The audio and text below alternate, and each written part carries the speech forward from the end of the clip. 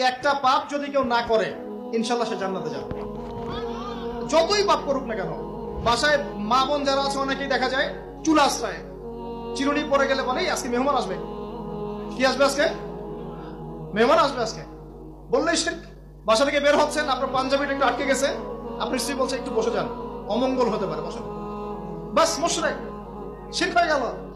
মুসলিম সমাজে রন্ধ্রে রন্ধ্রে শিরক। এখন রাস্তাঘাটে উঠতে বসতে পেপার পত্রিকা খুললেই শিরক। পেপার খুলবেন রাশিফল, সিংহ রাশি কন্যা রাশি, দিনটা কেমন যাবে বিশ্বাস করলেই মুশরিক হয়ে যাবে। রাস্তার পাশে টিয়া পাখি দিয়ে ভাগ্য পরীক্ষা করছে, হাতটা দেখে দেন তো ভাই কি আছে, বললেই শিরক হয়ে যাবে। আংটি বিক্রি করছে, আংটি পরলে রোগ ভালো হবে, হাতে দিল রোগ ভালো হবে এই উদ্দেশ্যে, মুশরিক।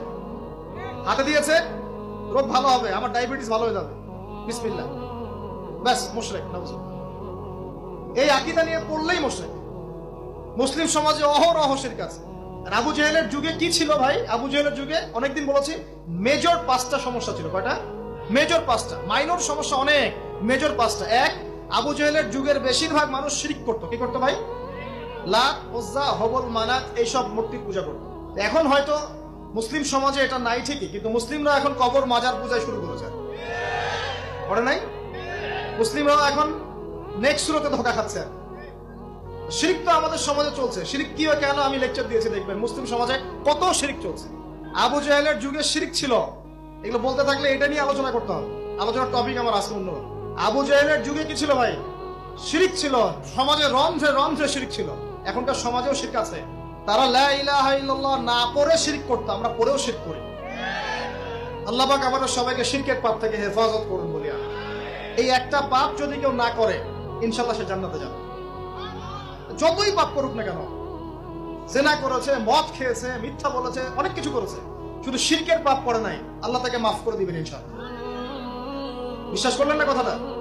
নবীজি বলেছেন এই উম্মতের যে কোনো ব্যক্তি যতই পাপ করুক না কেন আল্লাহ পাক সমস্ত পাপ মাফ করতে পারে, কিন্তু শিরকের গুনাহ আল্লাহ পাক মাফ করবে। তওবা করে যদি মারা না যায় মাফ করবে।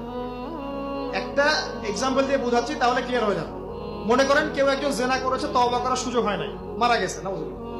এখন আল্লাহ পাক কিয়ামতের মাঠে এই জেনার পাপটা মাফ করে দিতে পারেন, যদিও সে তওবা করে নাই। যদিও সে তওবা করে নাই, আল্লাহ পাক এই পাপটাও মাফ করতে পারেন। কিন্তু একজন ব্যক্তি শিরক করেছে, তওবা করে নাই, কিন্তু এই অবস্থায় যদি কাল কিয়ামতের মাঠে আল্লাহর সাথে সাক্ষাৎ করে, আল্লাহ তার গুনাহ মাফ করবেন। এই শিরক আর অন্য পাপের এই হলো পার্থক্য। তাহলে সবচেয়ে কোন বিষয়টা থেকে আমাদের বেঁচে থাকা উচিত ভাই? শিরক কিও কেন, একটা বই পাওয়া যায়, কিনে নেবেন। কিতাবুত তাওহীদ একটা বই আছে, পড়ে নেবেন। কুরআন সুন্নাহর আলোকে বিশুদ্ধ আকীদা, এরকম অনেক বই পাওয়া যায়। আর আকীদা সংক্রান্ত একটা অনবদ্য বই হলো আল আকীদা আত-তাহাওয়িয়া।